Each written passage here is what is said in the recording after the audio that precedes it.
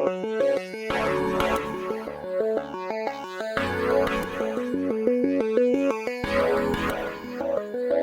for having me. Really, just out of curiosity, any shareholders in the company today?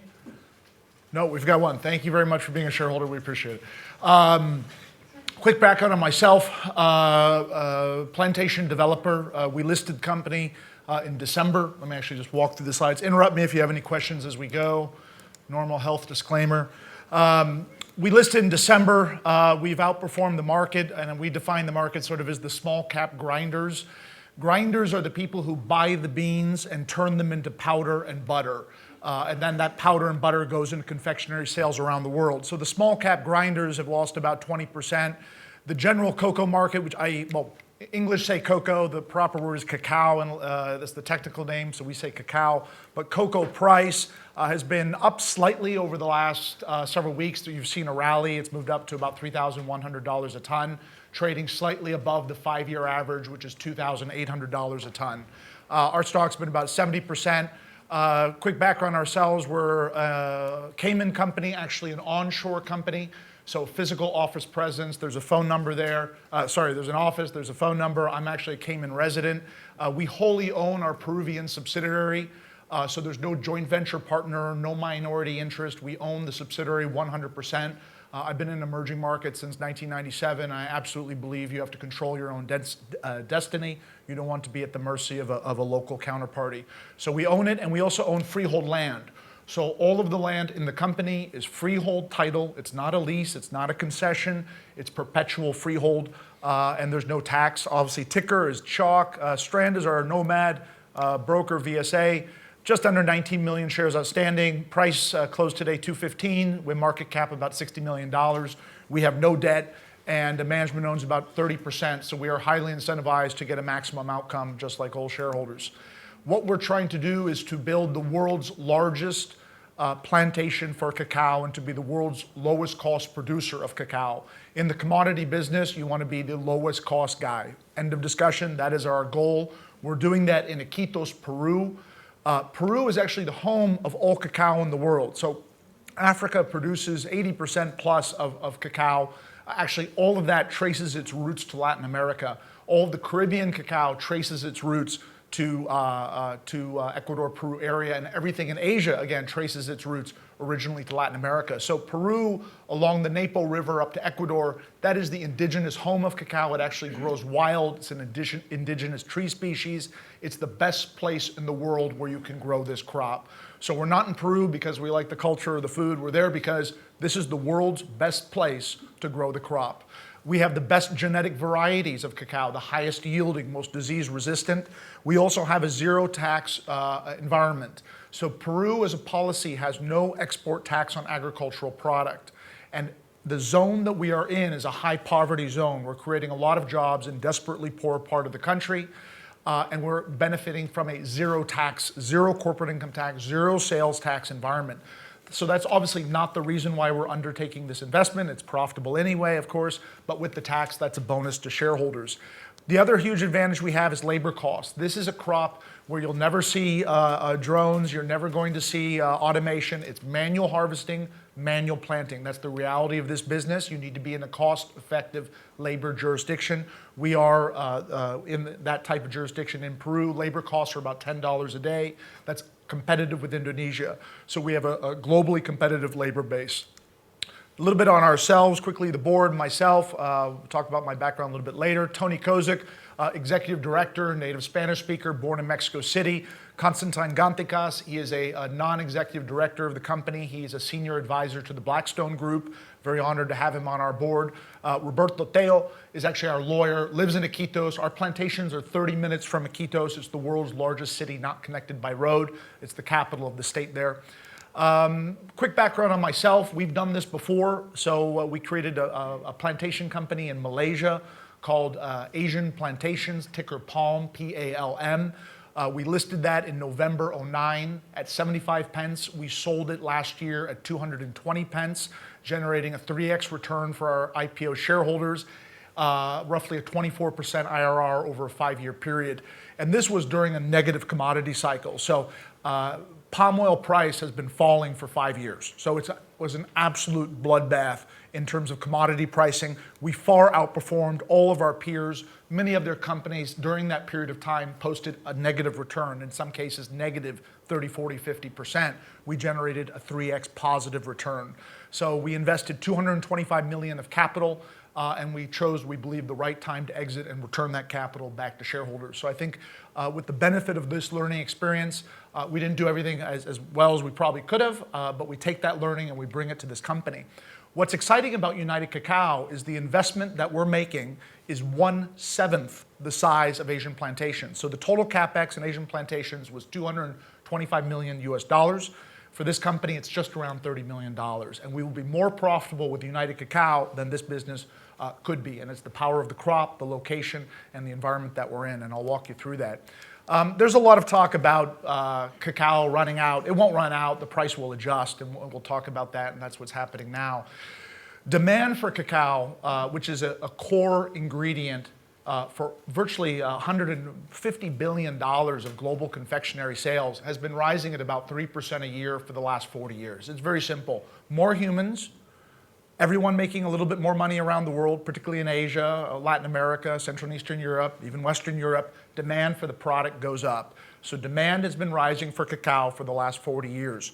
If you look at how much cacao is consumed, look at over here on the chart, you'll see the Europeans are the highest consumers of cacao, roughly 3 to 5 kg of beans per person per annum. In Asia, look at China, they're at 1/20th of a kg per person. So what's really driving the markets around the world, cacao market around the world, has been the rise of Asia as a consumer. Production is falling off a cliff in Asia, but demand is going up significantly. We'll talk about that. So it's Asia which is changing the dynamic, and of course, continued growth in North America and Western Europe. Show me a confectionery company that's reporting negative sales. All of these companies, Unilever, Lindt, Hershey's, Berry Callebaut, everybody is spending billions upon billions of dollars on their brands in the developed market and the emerging markets to create more demand for their products. So the push is there to keep confectionery sales growing strongly. What we find fascinating, again, depending on which number you look at the low end, it's 110 billion. On other reports, it's 150 billion of confectionery sales globally, growing at anywhere from 2, 3, 4% a year, is totally reliant on a non-substitutable ingredient with a market value of about 12 billion. So there's about 4.5 million tons of beans, cacao beans, produced a year. Market price is $3,000, so it's a 12 billion market. This 110 billion, 150 billion of sales cannot happen without that 12 billion of cacao beans. And there's no substitute to the bean. There's no natural substitute, there's no chemical substitute. So in the palm oil business where we came from, palm oil has to compete for market share against rapeseed, against soya, against canola, against fish oil, against every other oil, has to compete for market share. There is no competition for cacao. That bean is required for these sales to happen. What's truly tragic in our industry is that 80% of beans effectively are coming from West Africa, and it's documented by CNN, many others, about child labor and slavery. The reality is most of the chocolate that you've had at some point, 40% of it, odds are, was picked by children, or slavery was utilized in the production of that product. It is a horrific industry. We're trying to set the standard for proper ethical labor standards as a corporate entity. And what's unique is that 99% of this crop is produced by small farmers who are undercapitalized, who don't have the ability to maximize the value of their fields. So we think the corporate plantation model, which is dominant in the palm oil industry, makes absolute sense for the cacao industry, and that's what we're doing. And right now, we are the only cacao plantation on earth listed. So when you look at the palm oil industry, even in London, you have many palm oil companies here. In Asia, you have over 80 of them. We're the only cacao plantation listed in the world. What's fascinating about this industry, what I love, is actually production peaked in 2011, and it's been falling since then. So despite more humans on the planet, every year we're adding 80 million humans. Every year everyone's getting a little bit richer, buying more processed products and confectionery. What is amazing in this crop is that production peak 2011 has been falling since then. Look at the top 4 producers of cacao. Let's focus on the number 3 and number 4, Indonesia, Brazil. These two countries used to be huge exporters of cacao to the world marketplace. Both of them are now net importers of cacao. They are importing cacao from Africa to meet the demand for confectionery product in their own country. Because the middle class of Brazil, the middle class of Indonesia has developed a taste for chocolate and confectionery product. They now don't produce enough locally, they have to import. So you've had in the last couple of years, of the top 4 exporters, 2 have turned net importer. If you look at Ghana, this is truly amazing. Production in Ghana is in a free fall, literally a free fall. They projected roughly 1 million tons of production this year. Last week, they announced they would barely get 700,000. So production fell 30% in less than a 6-month period. I mean, unprecedented. So again, West African production peaked in 2011, has been falling since then. Indonesia peaked in 2005, has been falling pretty much every year since then. And the only spot in the world where there's growth in this industry is 2 little countries, Peru and Ecuador. These are the only parts of of the global production base of cacao that are growing. So there's a lot of problems in West Africa, the main one being the government buys all the beans. So what happens in this industry, we're at $3,000 a ton. We will start selling this year. We are revenue positive this year. We will sell our beans at $3,000 a ton or whatever the price is in the 4th quarter. Unfortunately, the African farmer doesn't have the ability to sell to the free market. They must sell to the government. So the government sells at $3,000 a ton, but the farmer right now, today, when he sells his beans to the government agency, is getting $1,400. So the effective export tax on 80% of global production is 50%. So obviously the rational outcome is that people say this is a horrible crop and they're moving to other things. And so what you're seeing is people in Ghana and Cote d'Ivoire, they're moving to rubber, they're moving to palm oil, they're moving to crops that the government does not intermediate. So we think there's very serious structural problems in this industry, and that's to the benefit of producers, frankly, outside of Africa. This just shows you Asia. Asia used to be a huge producer of cacao. Malaysian production peaked in the 80s. I believe back then it was one of the top 4. Today, Malaysia produces 0 cacao. They import everything. Indonesia peaked in 2005 and has been falling. The only question people in the industry have is how fast will production fall? So no matter what growth you're getting out of Latin America, it's being offset by falling Indonesia, falling Ghana. So the dynamics of this industry are truly incredible. Sometimes people say, we tell people we're going to get 3 tons of beans per hectare. And again, small farmers in Peru are already achieving that. So we think 3 tons is very reasonable. But people ask, well, how are you guys going to get 3 tons when we read in Africa that they get 1 ton? Well, just show you these photos. This is a proper corporate estate. Notice the 3x3 planting. Every 3 meters, there's a tree. This gives you 1,111 trees per hectare. In Africa, it's a semi-wild cultivation. You're going to end up with maybe 350 trees per hectare. So we're getting 4 times the density of an average African farm. The other huge advantage is rainfall. We get rain every single month. In Africa, there's a 4-month dry season. The tree cannot grow during the 4 months. It doesn't produce properly. So the rainfall, the density, and then the pruning. Notice these trees grow straight to the sky. You'll notice here, every tree is pruned like a champagne flute, sort of a bonsai pruning. That is what produces the high concentration of pods here, instead of the pods, the tree growing straight up. So it's a combination of basic practices, good rainfall, and being in the right environment that we can get the right tonnage of 3 tons per hectare. This shows you cacao price, not real pricing, this is nominal pricing. What you've seen is really over the last 30 years, pricing has moved up. The last 5-year average price has been $2,800. Right now, we're actually trading today at $3,100. The 5-year price, again, $2,700. 10-year price, $2,500. So no doubt it's a volatile commodity, but I would argue it's the one commodity totally detached from the cycles of minerals or oil or even vegetable oils, which have been quite negative for the last few years. So real pricing is very interesting. If you look at real pricing, this is taking U.S. Inflation data. Real pricing has been very stable since the late 80s. You're talking between $2,000 to $3,000 per ton. So what I like about this chart, because there was not a spike, there's no big wave of production that's coming in. The market is very tight, and in my opinion, will continue to be very tight for many years to come, simply because there's been underinvestment in this sector. The beauty of the barriers to entry, the Americans can't grow this crop, the Australians cannot grow it, Chinese can't grow it. there's a very small band of this earth where you can grow the crop, and it's basically in this band right here. As we spoke about, Asia's over. Asian production in Malaysia is gone. It's all been converted to palm oil over the last 40 years. Indonesia is plummeting, again, conversion to palm oil. West Africa is struggling. It cannot keep up with global demand. The only spot in the world where you can grow is really, in my opinion, Ecuador and Peru. Brazilian labor costs are too high. The challenge with Ecuador is the government is slightly difficult. And so our point of view is you want to be in these types of businesses where you're putting a lot of money in the ground. You want to be in stable investment grade countries. Peru is an investment grade country, has zero net debt, and is running budget surpluses. Absolutely stable, safe place. So the reason, again, why we're in Peru is not, we didn't just pick it and end up there. This is the global low-cost location for the production of cacao. We have freehold land, low-cost labor, zero tax, the best rainfall, the best species of cacao to grow. This shows you where we are. We're up in Iquitos, the northern part of the country. Here's Colombia, here's Ecuador. Iquitos is the world's largest city not connected by road. It has 500,000 people. Everything comes in by barge along the river system. Think of the river as like the Mississippi River, huge barges going up and down, bringing everything in.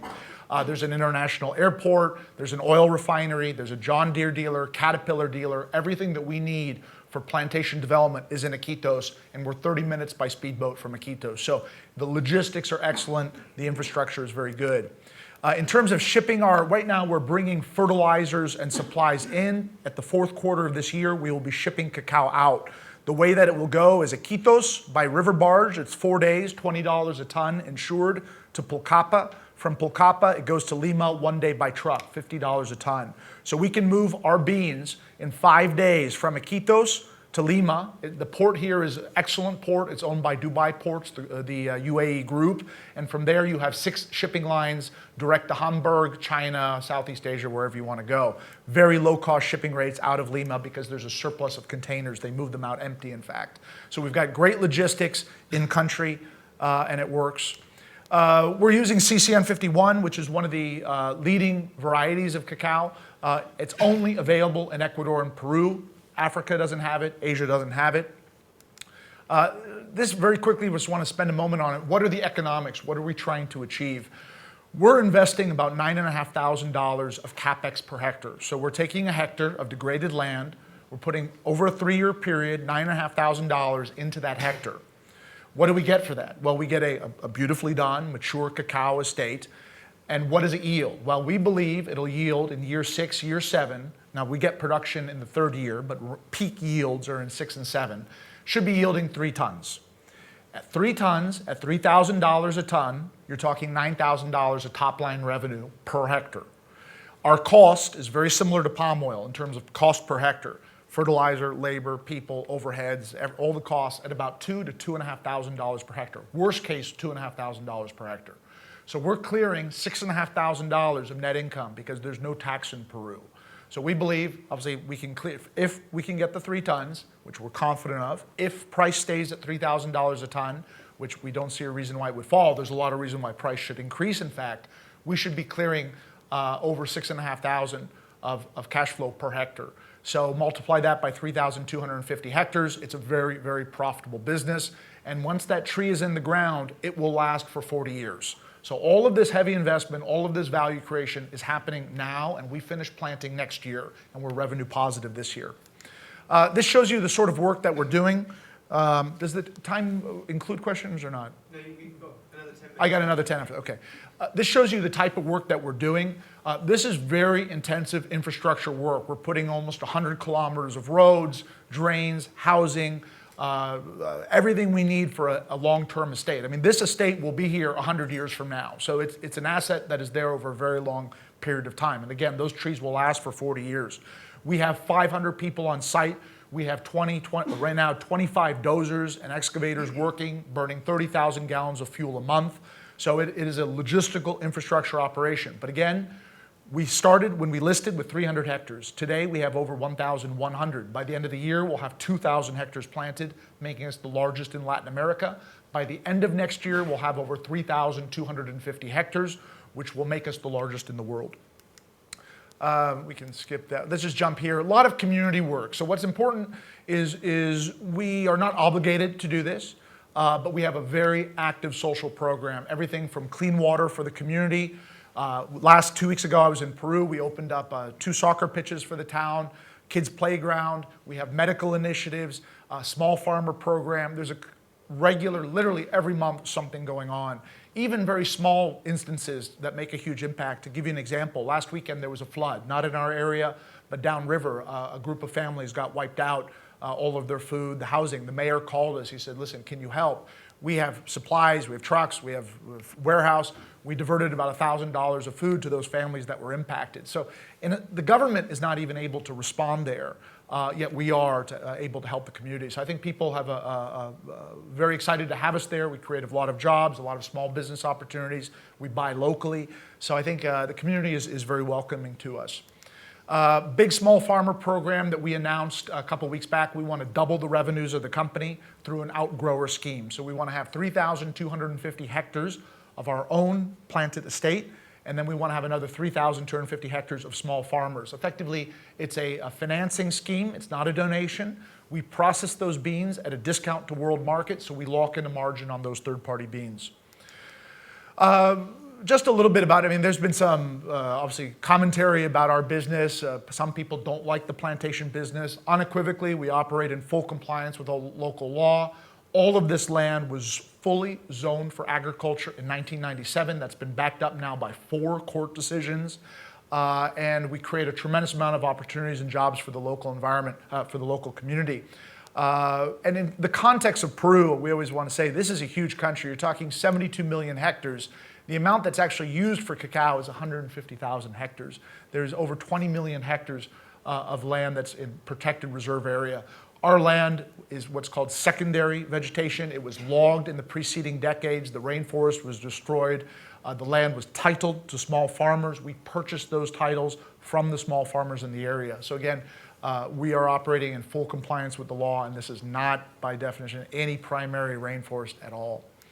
What did we promise the market? I mean, we told the people we would hit 1,000 hectares planted by first quarter. We've done that. We said we would be listed on the Lima Stock Exchange. We're in the process of doing that before 30th of June. It'll be trading under the ticker CHOC in Lima, the same shares, fully fungible. We're not raising any capital with that listing. We think it will create additional demand and pull of shares from the UK market into the Latin market. Again, we spoke about in December when we listed having 2,000 hectares planted by the end of the year. We'll achieve that. Our first sales will happen this year as well. We'll be revenue positive. Obviously, we won't hit peak production until 2020, 2021, but we've got rising bean output from now until then. And next year, we finish all the planting. So next year, we will be the world's largest cacao estate, fully planted, investment done and over. In summary, we've done this before. This is actually our 3rd project. I've been involved in the planting of 27,000 hectares of palm oil. This at 3,000 hectares, frankly, is small. We feel very comfortable with the execution. We've got the best team on the ground, and we're well along the path of completing the project. We are in an excellent country. Peru is investment grade, stable. Unfortunately, it's surrounded by some wacky neighbors, Bolivia, Ecuador, and these sorts of countries which cause problems internationally in the press, but Peru is absolutely safe, stable, debt-free country, investment grade. We have freehold land, so this is perpetual freehold. It's not a lease. It's not a concession. The cacao market, you know, I think it's the most incredible agricultural market that exists in the world. The fundamentals are phenomenal, but we're not betting on a rising price. The reality is if price falls 30, 40%, we are still incredibly profitable because we are the low-cost producer of cacao in the world. We are in the right place, the northern Amazon area, and Peru offers incredible land title and tax advantages. So with that, really appreciate you taking an interest in the company and hearing the story, and any questions, we'd love to answer them.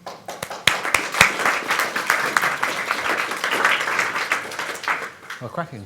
Any questions, please? Down at the front, Chris? Will? Come back to you in a minute. Congratulations, it's a very illuminating talk, very sweet. Who are your major customers? Are you seeking types of the big giants like Nestle and Lindt? You know what's fascinating, because this is a new crop for me. I did palm oil before. This is the first time ever people are calling us. Right. And we've had 2 European groups, a Chinese group that I met in Singapore at a conference said, when can you supply us 10 containers? It's a market where there's desperate demand for beans. So I think we're in a very unique advantage. I think the reality is the right thing for our company is to sell a little bit everywhere and get the highest possible premium that we can. This is a market that moves by container. So it's fascinating. Even the world's largest buyers will buy one container. So and one container holds 25 tons. Wow. So at peak production, we're doing 10,000 tons. So that's 200 plus 250, 300 containers, right? So it's a market where I think the producer has a lot of advantage and power. So I don't think selling to a big group or a small group, it's more what premium can we get for our beans. Rest assured, we will be seeking to get the best premium possible. And my second question is, I'm sure you're familiar with Hotel Chocolat, the niche chocolate group. Are you seeking any alliances with them? Because they're expanding out of Britain, on the continent, also into America. We're not retail people. We're not processing people. We just grow the beans. So our objective is produce the most amount of beans in the highest quality and sell them to the buyer who wants them. So I would say we would never. What's fascinating about our industry, just leading on to another point, if you look at, let me talk quickly about palm oil and then cacao. In the palm oil industry, look at the three parts: production, processing, FMCG. Okay, world's largest buyer of palm oil is Unilever. So you have billions upon billions of capital invested in the FMCG vegetable oil market. You have billions upon billions invested in the processing of oils, and you have, no joke, $80 billion of market capitalization in the palm oil sector, 80 publicly traded companies. There's still 3 or 4 that are left listed here in London, rest are in Asia. Look at the cacao industry, chocolate. Again, FMCG, hundreds of billions of dollars of invested capital selling confectionery product to people around the world. The grinding industry that processes those beans, buys the beans and turns them into powder and butter. Again, there's probably, my guess, $25 billion of capital invested only in grinding the bean, not in producing it, just grinding it. So you have Barry Callebaut, the other listed companies, dozens and dozens of independent companies. And on production, we are the only publicly traded corporate estate, and there's no farm, to my understanding, in the world bigger than 2,000 hectares right now. So complete underinvestment in primary production.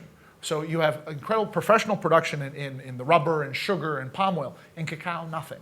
So I think we're in an incredible advantage to just focus on that and deliver an incredible return for shareholders. Gentleman here, Chris. Would you anticipate the market in China growing too, bearing in mind that there's a drop-off in production, and what effect will that have on price?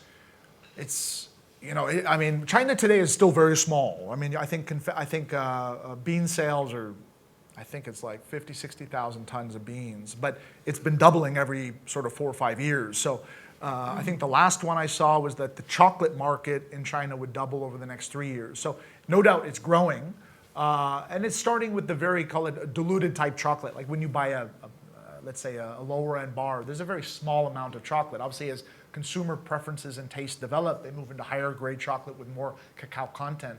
But I think Asia, no doubt Asia's been the game changer in terms of demand. And I think just on that point, I would also look at Indonesia, right? Indonesia was a big exporter.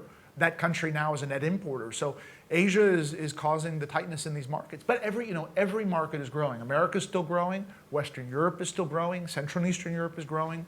So I think it's a fascinating crop in the sense that everybody wants it, But I don't know the exact number. I wouldn't be able to. I can get the data. We have a Hardman report that would have that data. Your business proposition seems to be very sweet. What's your takeout price? Well, I think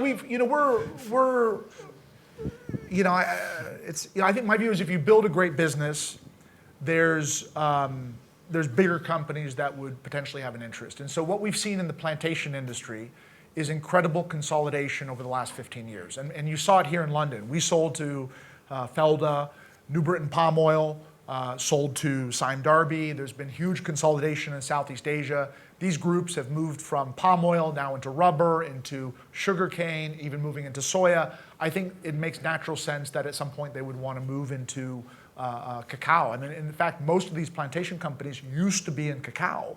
So I think, I look at it, let's get the planting done. We're still very busy for the next 18 months. We have to fully plant the estate.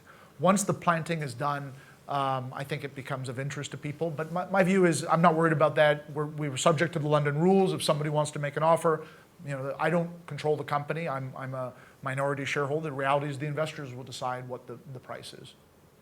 Gentleman here, please. I think you partly answered my question just now. Yeah.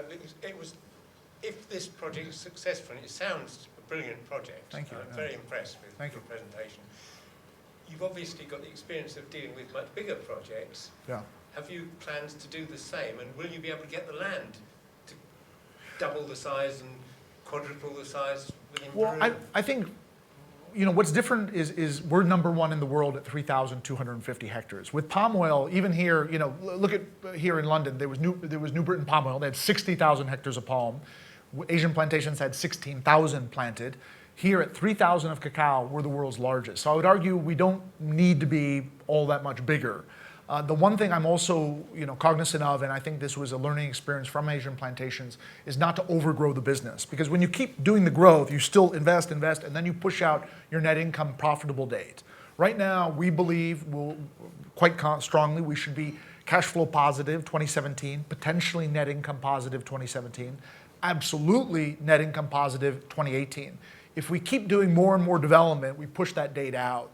So my personal preference would be finish the project that we have now, become net income positive, and then at that point, if everyone still wants us to grow, then we go back to shareholders and say, what do you want to do? Okay, dividend, growth, a little bit of both, and put it up to vote. So I wouldn't want to overgrow the business, because I think I think what we have is a very attractive size, number one in the world, and very bite size for a lot of these bigger players. So I would defer your answer until 2017 or 2018 when we're profitable. So have you got enough cash to last till then, or are you going to some cash before we're then? we're fully planted, fully financed for 2,000 hectares. So that's what we told the market when we listed the company. For the remaining 1,250 hectares, we very likely would use debt finance. So we're talking with several local banks. We hope to have some good news soon. That debt finance would finance the remaining effectively $10 million of the project. So it's $30 million all in project, 20 million equity already raised, then 10 million of debt on top if we develop the next 1,000 hectares. At the 2,000 hectares, we're fully financed. I think we've got time for just one final question here, and then I'm afraid we have to move on. Thank you.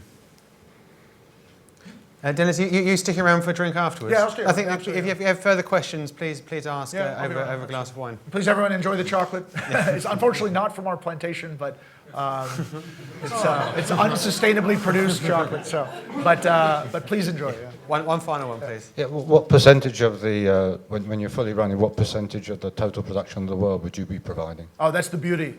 Rounding error, almost nothing. It's a 4.5 million ton a year market, and we're doing 10,000 tons. So in this market, what's fascinating, the price, where is the price set? Well, the price is set in London and in New York by the traders and buyers, but effectively all the supply is coming out of West Africa. So who are we competing against? We're competing against incredibly high-taxed producers that have 50% export tax and low investment and low productivity. So these structural problem that's in West Africa right now is going to be around for very long. It's not easy to fix that. And the only way to fix it is to require more capital investment into upstream. And you know what? No one's going to do this in Africa, because why would you go invest and the government going to take 50% of your revenues? I mean, nobody in their right mind would put capital to do that in that environment. So the only other places where you can grow is Asia. We already went through that. Asia is over. It's about consumption of cacao, not about production there. Production is falling for the last since 2005. So the only spot in the world where you could possibly grow is Latin America, Peru, Ecuador, and there are a few other people growing in Peru, and not just us, but we're the only one doing it as a publicly traded company. So I think these dynamics of a very challenged supply and tightness is going to be around for quite some period of time. Is the price set, is that spot pricing? Yeah, every day it trades. So it's traded in London. You have a pound exchange in London, a pound contract, but the pound contract will likely be eliminated in the next 6 months. It will move to a euro contract. So the West African beans will predominantly be priced in euro. The Latin beans will predominantly be priced in dollars off the US contract. But yeah, it trades every day. It's a big, I mean, there's hedge funds and, it's an active market. Dennis, thank you very much indeed. Thank you.